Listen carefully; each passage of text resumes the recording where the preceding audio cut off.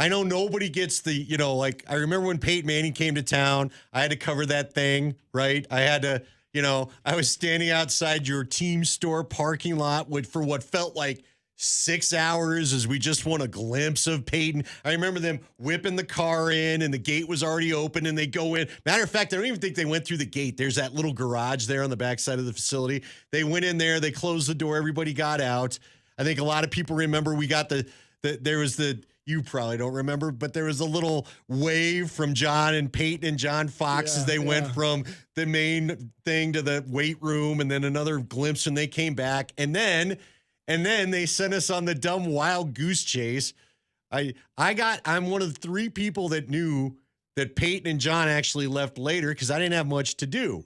So we had news people all in there, like the getaway car or whatever. Fast and Furious is about to take off. They sent a fake car out the garage. Everybody followed that thinking that was the motorcade or whatever. Wow. And I just was sitting there helping one of my buddies break down his camera. Dave Willie, you may remember him from Channel 4. I'm helping Dave Willie break down his camera and stuff. And then we see the other garage door open and they casually pull out. I don't know, it was a Mercedes or whatever it was.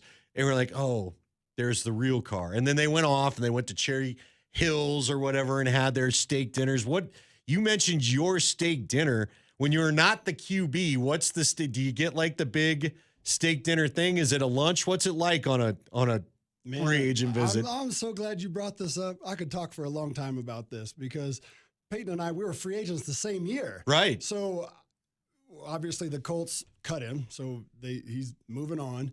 The whole league was kind of at a standstill, right? Because we didn't know where Peyton was going to sign. So teams didn't know what they were going to emphasize during free agency. Because if Peyton signs within your division, guess what? You better bolster up your defense, right?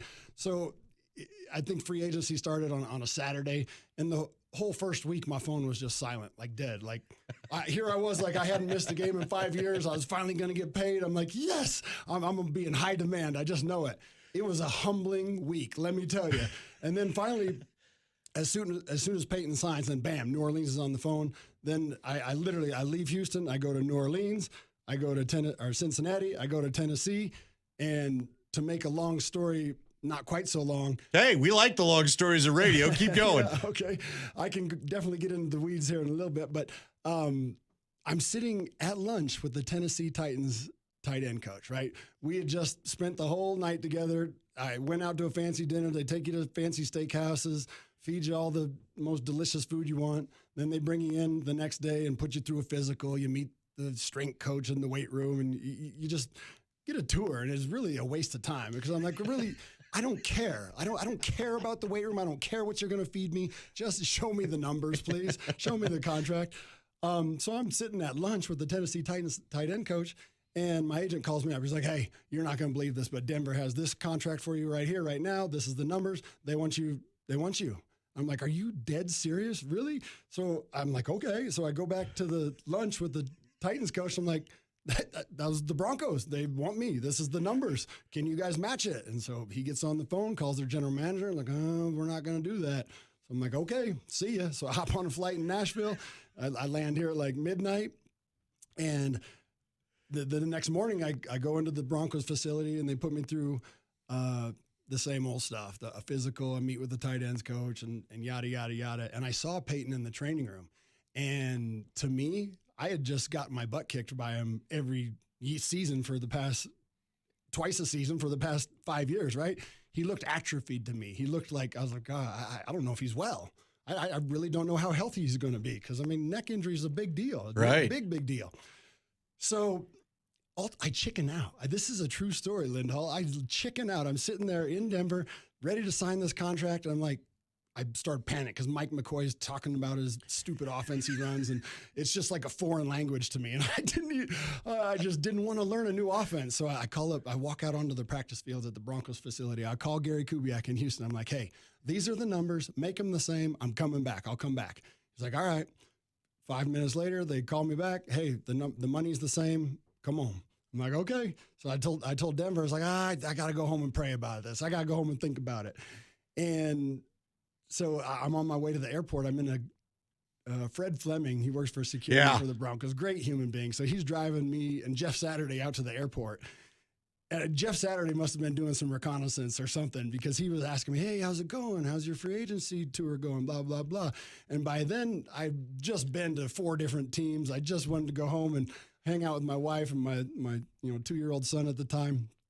So I told him the truth. I was like, man, I don't want to do this. I don't want to be here. I want to go back to Houston, where I have a really good thing going and play for a coach that I really love. And he must have texted Payton or something, because then Payton calls me literally on the drive to the airport, and he's like, hey, I've watched you, man. We need a player like you. And it was beyond flattering to hear the sheriff talk about me like that. But anyways, I get on the plane to Houston. I land back in Houston. My agent calls me up as soon as I land. He's like, hey, Denver increased their offer by $1 million, $1 million, fully guaranteed. So now they want you. And I'm like, wow. And I wasn't going to do it, because I had already told Coob and the Broncos or the Texans that, hey, I'm coming back. And he was thrilled for me. They were excited. I was excited to be back. I didn't want to go back on my word. But ultimately, I stayed up all night, talked to a lot of people, talked to my dad, and my dad was like, man, don't you dare feel bad. Don't you dare feel bad. They will cut your ass as soon as you can snap your fingers, right? There's no loyalty in this business, but I'm a loyal person. I felt an incredible amount of loyalty. Especially to your first team, right? That's what guys tell me. Well, I was drafted by the Jets, but... You were? Yeah. I only remember you as a Texan. No, I was drafted by the Jets in 2005, same year as... Yeah, Aaron Rodgers, and so who we will talk about later. And I played a full season there in 2005, and then after the 2006 training camp, I was cut by Eric Mangini.